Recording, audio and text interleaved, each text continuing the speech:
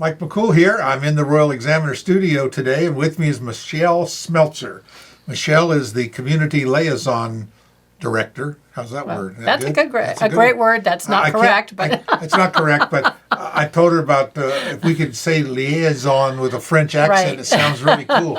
So, but she is like the go-to person in our town and community here that kind of knows how to help people.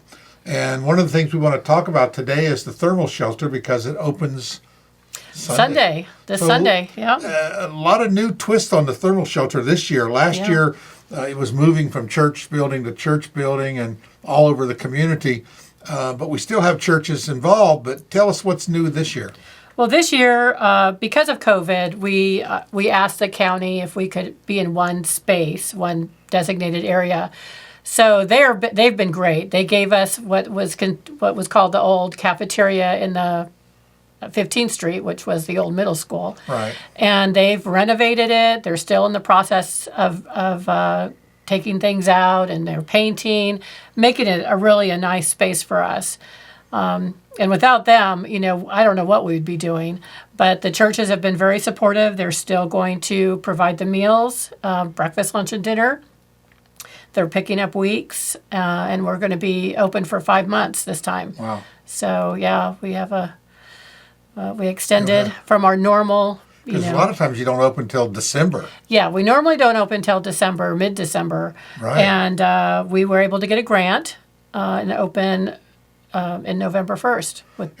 And your homeless community has been working with you to actually use the facility? Yeah, we've got, every year we usually have a new group. It's, maybe a couple of them that are the same from the previous year. But so a lot of our people have moved on and from last year. So I think we'll probably be seeing some new faces this year. Because I know you work, you are, with the DSS, and I know you really help people trying to find their benefits, the VA or the Medicaid and all the other benefits that are out there, and helping them get that helping hand that they need to get off the street. And it's obvious when the group is changing, you are helping people, and I think that's what it's really about.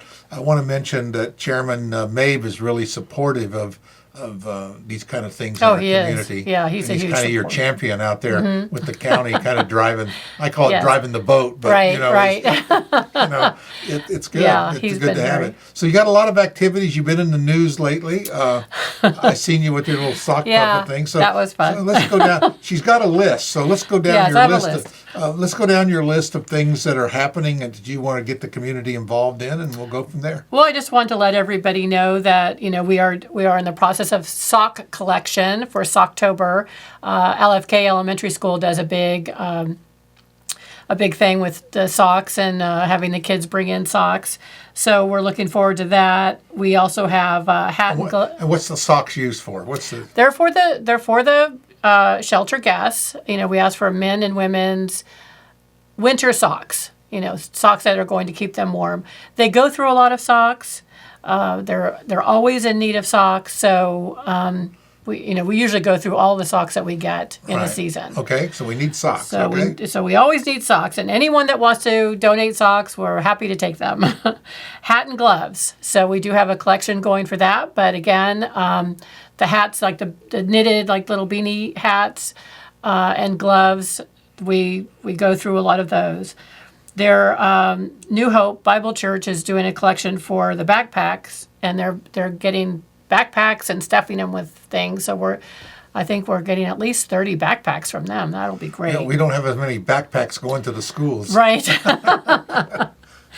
And then sweatpants and sweatshirts. We're doing a big collection on those. We have a couple. The Masons are doing a collection. New Hope is also doing a collection. It's so nice to when people have been outside all day, because we're only open at night, and they've been out all day, and if it's been raining or snowing, they're wet, and it's really wonderful that they can come in, they can change into sweatpants and fuzzy socks and be comfortable instead of having to wear their wet clothes, and it was a big hit last year, and so we're hoping to get a lot of donations for those. Snacks, coffee, sugar, creamer. We go through a ton of that. So if anyone is at the grocery store and wants to pick up an extra thing of coffee, we can always use it. And in the winter, of course, we're having coffee at night when they come in, and then coffee in the morning before they leave. So we go through a lot of coffee.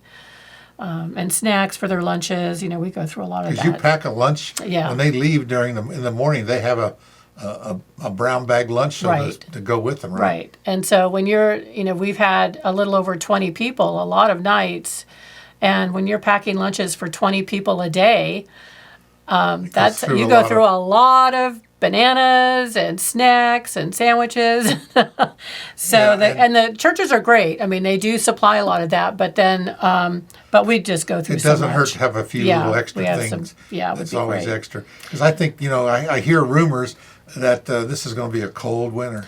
I've read that. Yet, so I know we've been lucky the last couple of years. Yeah, so if it's really cold, I mean, we're not. If it snows real heavy, you may be operating during the day. Well, and that's another thing. We need managers, night managers. If you're interested in working overnight and you have a driver's license, we need someone with a driver's license because they drive our wonderful 15-passenger van in the morning. Right. So we are looking for a couple of night managers for the overnight shift still. And some of these jobs are paid, aren't they? Well, that is a paid position. That's a paid position. Yeah, that's paid. Yeah, we pay.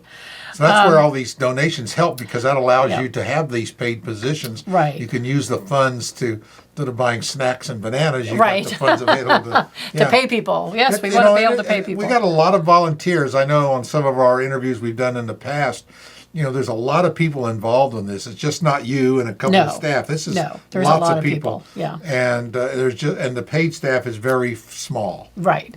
So, yes, it is. And I know Michelle is very frugal with the money. It goes a long way. I'm like, you don't really need that extra $1 an hour, That's do right. you? No. No, we really are appreciative of our paid people, of our board. We have a very small board. And very, very appreciative of everyone that's involved. The churches, we have CCAP in Winchester, CCAP in Front Royal that are supporting us. There's a lot of organizations that are supporting us. And again, giving some kudos to Chairman Mabe, Walt Mabe. He said he's got plenty of food. Mm-hmm. At least we won't go hungry in this community. There's no reason to be hungry in this community. We have a lot of food sources available and a lot of sources. So we just had a food drive. We gave away food this last Saturday at First Baptist. Brought in a bunch of food and gave it out. So we had about 35 people that came. Because I noticed that we have a food bank at our church, and the calls, you can tell when Walt gets his food out there, we get less and less calls. Right. So we think. I told the preacher, I said, no, it's not that people don't need it, but there's so much of it right now that. Our food bank's kind of on the small scale, helping a lot of people, most people in motels and things like that. So right. we try to do things that can be easily fixed in the microwave right. or in the coffee pot, so to speak. Yeah. So. And then they have the, at First Baptist, Tuesday through Friday, they have the prepared meals to go. Right. And they are getting a lot of people going to that, picking up food, like 60 or so. Yeah, even in the school system, they're still the doing schools their are food. Doing a big, and like Walt says, there's boxes and boxes of food that parents can come through if they really are in need of that. All you have to do is just ask. Right, and they'll give it to you, no questions asked. Yeah. So it's great. Good. I mean, we're getting getting more forms. No, for me, when I do my food thing, I don't look at anything. I just, if you need it, come get it, and I give it to you. Right, yeah. Right. So we have Cisco food that they've donated, and so a lot of times we'll have meat and frozen meat and everything. So we're able to give that out. But also I wanted to mention the Coats for Kids campaign that we have done the last few years. We partner with the Rotary Front Royal, and we partner with their Doc Smith baskets that they're doing. That's a popular charity. So they'll get a whole box full of food. And then if you have children, we order new coats. So we'll be doing that at social services, taking applications. And I think they're going to be at the community center, the applications for that. You can go pick it up. And at First Baptist, of course. Yeah, so you just need to reach out and ask for help. And there's plenty of people in our community that want to help. Right. And I think that's the thing, is trying to identify the people that need it.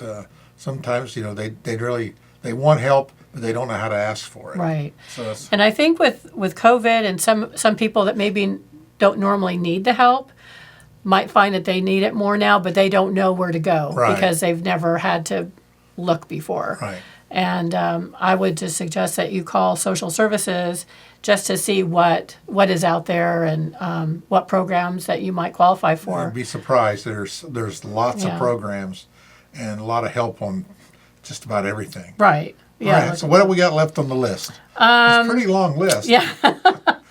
Also at social services, we just received pallets of hand sanitizer and washable masks.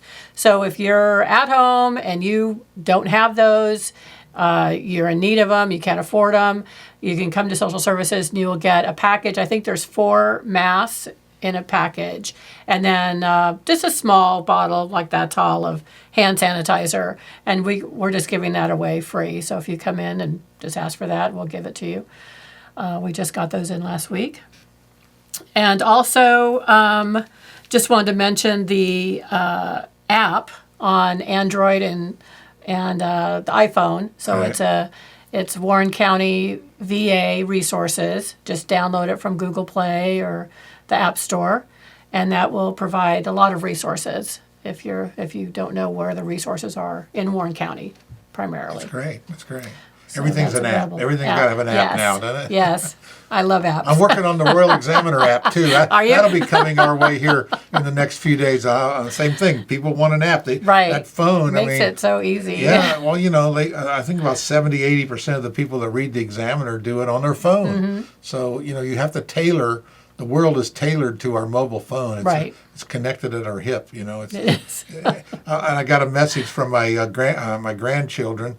That are probably, I don't know, 4th grade, or they said, "Oh, we got a phone now." So they were texting me, "How are you, Papa?" So I said, "Who is this?" So yeah, Yes, you have so to they're get up getting with the the phones, younger and younger, and it's Right. almost like it's like shoes. You got to have You one. have to yeah. have one, right? Yeah. Yep. So that's that's basically what we're doing. But the big push right now is a thermal shelter, getting that open, and we're doing really well. And we really thank the county for helping us with that. It makes That's a huge made it difference when you're not huge scrambling difference. around. Yeah. Well, where are we going to go next week Yeah. and next week, and depending on that, and it's good to have all that supplies in one place. Right. We don't have to move every week, and so. And I heard them talking at the joint liaison meeting. You can find that on the Royal Examiner. We just posted yesterday. They're talking about lockers. Mm-hmm. They want to find some way to, where can we get some? And he said, well, they're looking for some to put there so people can leave their stuff, because Right. they haul everything they own in their backpack or in their with them. I'm all really day. glad to hear that. I've been wanting That might have lockers. been a secret, but we're going to get it out. That would be great. I've been trying to figure out where we could put lockers outside so people could just lock up Sure. their stuff and just keep it. They do have that in Winchester. Right. And so I the was- word was out. If anybody has something like that or an idea that they could Okay. do, contact Michelle or contact Yeah. Walt May. Yeah, with let me know. Well, Michelle, she's the Yeah. contact person, but they are. That was That was brought up. brought up. That was brought Okay. up. So That's I great. mean, that shows you the concern that the county board, has Right. for this mission that they have. So it's not just all about fixing potholes. Right. They're concerned about the people. our community Yeah. Yeah. in here for all types, from top to bottom, sideways, everything else. Mm-hmm. So you can see a real personal opportunity there to help in our community, and they're looking for volunteers for all sorts of things. Oh yeah. And start with Michelle, because she knows what the community needs. And it may not be the thermal. You may not be the thermal shelter. Right. But there are other things that We've are had coming great up. success with our community garden this year, and next year they hope to even do it again. They're going to do it again there, but there'll be more going in our community. That was a Right. big success. That They was had over huge. 2 tons of food know, delivered, that was of fresh vegetables and things, and you don't realize how much that all these food banks. You're eating out of a can. I mean, which is our whole Right. Yes. Yes. our whole world does that, but right. You don't realize that how much produce that that makes a huge difference. Huge difference. I know. I was glad to see that was very successful. Very successful, and they plan to do it bigger and better next year. So there's that's tons great. of things you can do to get involved in our community and help your neighbor. I mean, and lots of things. Delivering food is something I'm going to Always start need. working on next. Is That's how we your can get next a food delivery to people who can't Well, get. we get calls to that a Yeah. lot. And it says because they're homebound, they're disabled, they have to depend on other people to help them get Right. things in and out of their house. And I know there are churches and volunteers that are willing and able to do that. Yeah, Just we have have to a lot get of- kind of a system in place. I think. It is, and some do it for a while and do it. It's just hard to sustain it and keep it moving. As you know, the thermal shot. I can remember when it started. Where it started, I And know. It wasn't that long ago, but it's just grown from a small Yeah. thing to a project that again is helping these 15 to 20 people during the winter. And again, it's good to hear that people are getting a helping hand and are moving up and getting reconnected either with family or getting into their own place or Right, and that's and exactly trying to what's improve happening. their life. Yeah, and that's great. That's what it's all about. and That's what it's all about. we had this last season. We had about 80 different people come through the shelter. They weren't all there in one night, Sure. but they came through the shelter. So It's a- I mean, it's a good You've number. touched a lot of to- people, and there's no telling down the road that to pay it forward. Right. Who knows what they'll do? Right. And it's getting that attitude of help in our community. That hey, we're here. You're not ostracized by the community. Right. You're part of Yeah. the community too, and we want to help you get that leg up. And I think that's what we need to do. And it's not all the government doing it. It's done by individual Right, people yeah. and community organizers and churches and neighbors and just everyone. I hate to say it takes a village. It but, does. It but does. But it does Believe take me. a village. Please bring everybody come and help. No. That's right. But watch out for your neighbor and you Yeah. know. And this has been particularly tough with the COVID and a lot of the shutdown, the industry shut down, DMV, and it's yeah. really impacted them in a huge way. And some things we might not think about, they lose their ID. We just get on the computer and order another one and put our credit card in, and here Sure. it comes. And it's really challenging for them. So they've had some real challenges in the last few months. With Well, COVID, I told Walt Mabe, I told him, I said, people don't care how much you know until they know how much you care. That's a famous thing I've heard. Zig Ziglar quotes that all the time. I love Zig Ziglar. and it's so true. You can be Yeah. the smartest person in the world, but they don't really care until you can show how much you care for people. And I think Right. that's really what community, we have that in our community. I think Front Royal's a great place. It is. It's just the town and the county and the organizations. And until you open your eyes and see it, you don't really realize the great things that go on in our community. Right. Because I know I was looking at the budget of the social services. It's quite large. Yes. It is quite large. And the Very thousands of people Yeah. that you have and work through, it's just amazing. It's kind of like unseen and out of sight.